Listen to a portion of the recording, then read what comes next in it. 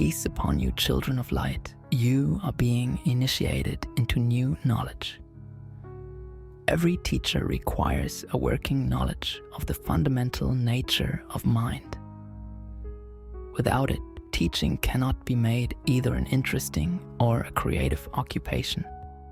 When psychologically uniformed, the teacher can operate on the mind of the youth.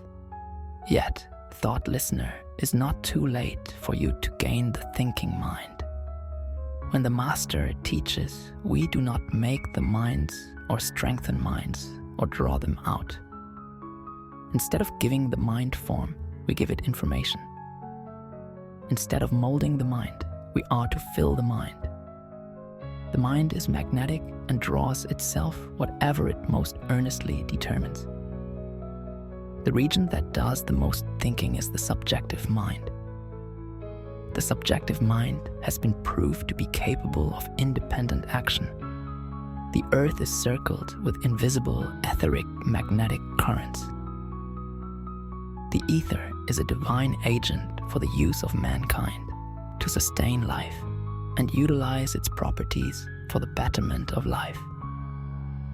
The mind, through intelligence concentration, may connect thought with these limitless etheric currents or spiritual forces belting and encircling space. These forces are governed by law, and demand creates supply. Again, as we know from listening to my previous videos, every thought is a force. Thought connects with these ether vibrations and attracts results according to the quality of the thought sent out. Let us think deeply about this. Civilization is applied thought. Man adapts all things to his needs. Constant exercise of the will creates ideas, and illumination comes to the thinker who acts. Will force or energy finds expression in action. Etheric power, magnetic and electric with energy, illuminates the understanding through forceful thought, evolving creative power. The function of the mind is to guide the will. Let us remember, God created man in his own image. Image is counterpart. We are active centers for the magnetic element of concentrated thought to manifest the law of attraction. To obtain its help, dwell constantly upon its reality. Opportunities will come as if they was ordered, and you will see forming about you the conditions which you desire. These principles harmonize with teachings from various philosophies and spiritual traditions. In the Bhagavad Gita, Krishna teaches Arjuna the power of disciplined thought and focused intention. In Taoism, Lao Tzu emphasizes the alignment with the Tao, the ultimate source, to manifest balance and harmony in life. Kemeticism, with its principles of Ma'at, teaches alignment with truth and cosmic order to manifest righteousness. As we reflect upon and embody these teachings, we bring ourselves into alignment with the divine forces and universal laws that govern all existence. Modern quantum physics, through its exploration of the quantum field, echoes these ancient teachings with scientific terminology. The idea that the mind can influence reality is supported by phenomena observed at the quantum level, where particles exist in a state of potential until observed or measured, a concept known as the observer effect. This aligns with the ancient insight that concentrated thought and intention can manifest reality. Dr. John von Neumann, a pioneer in quantum theory, suggested that the consciousness of the observer could play a fundamental role in the collapse of the quantum wave function, thereby creating reality. Dr. Joe Dispenza, a contemporary researcher and author, speaks about the power of thought and the mind's ability to shape reality. His work draws upon both neuroscience and quantum physics, illustrating how focused intention and coherent brainwave states such as those experienced in meditation, can influence the quantum field to manifest desired outcomes.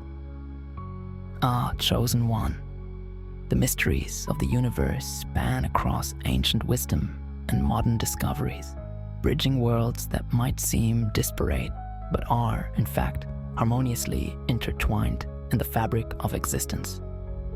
In the ancient Kemetic wisdom, the concepts of Ma'at and the principles of divine order and balance resonate deeply with the ideas of the mind as a magnetic force.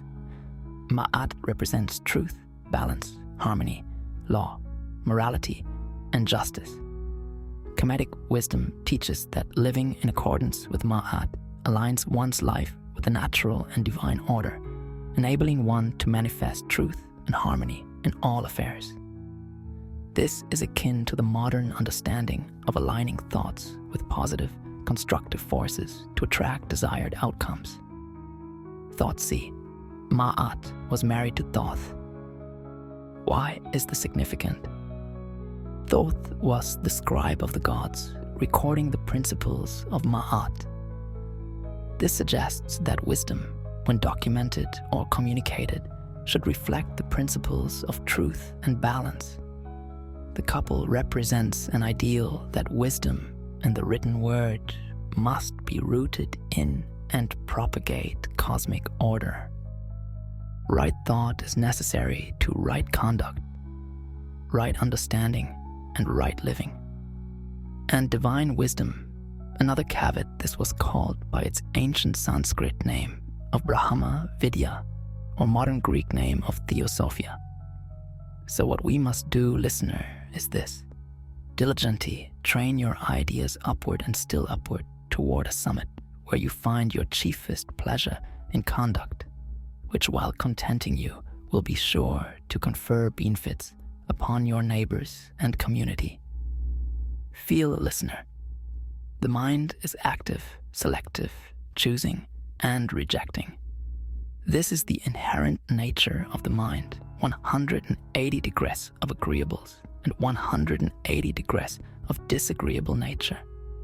Even in its humblest experiences, the chorus and sounds by which the world is known are not given us, but are the mind's unique and mysterious response to external stimulation. The things we see and hear enter the mind not as a passive receptacle. Our imaginings, our concussions reasoned them out. For the eyes do not see, it's the brain that sees and forms the pictures. In this journey, bear witness to the ancient truth. Every teacher, every sage, every guide must possess a profound understanding of the fundamental nature of the human mind. The mind, like a fertile field, must be tilled, sown, and nurtured with the seeds of wisdom. Yet, even the mightiest teacher cannot shape the essence of the mind. They can only provide the oil for the lamp, the wood for the fire, the ink for the parchment. It is the seeker who must light the flame, kindle the fire, and write the story. To perceive the depth of this wisdom, consider the great Laozi, who said, "To attain knowledge, add things every day. To attain wisdom, remove things every day." True mastery, then, is not found in the accumulation of facts, but in the refinement of understanding. The mind, active and selective, operates with a duality of agreeable and disagreeable nature, reflective of the Taoist balance of yin and yang. Even in the simplest of encounters, such as the perception of colors and sounds, the mind does not serve as a mere passive vessel. Nay, it is a creator in its own right, a master artist that takes the clay of external stimuli and molds it into the sculpted reality we perceive. Take heed, dear listener, for it is not the eyes that see, nor the ears that hear, but the very essence of the brain, interpreting and forming the intricate tapestries of our experiences. Consider also the words from the Bhagavad Gita, wherein Krishna speaks to Arjuna saying, When meditation is mastered, the mind is unwavering, like the flame of a lamp in a windless place. Cultivate a mind that remains steadfast amidst the whirlwind of distractions, a mind that, through meditation and introspection, sees beyond the illusions and delusions of the material world to the true essence of reality.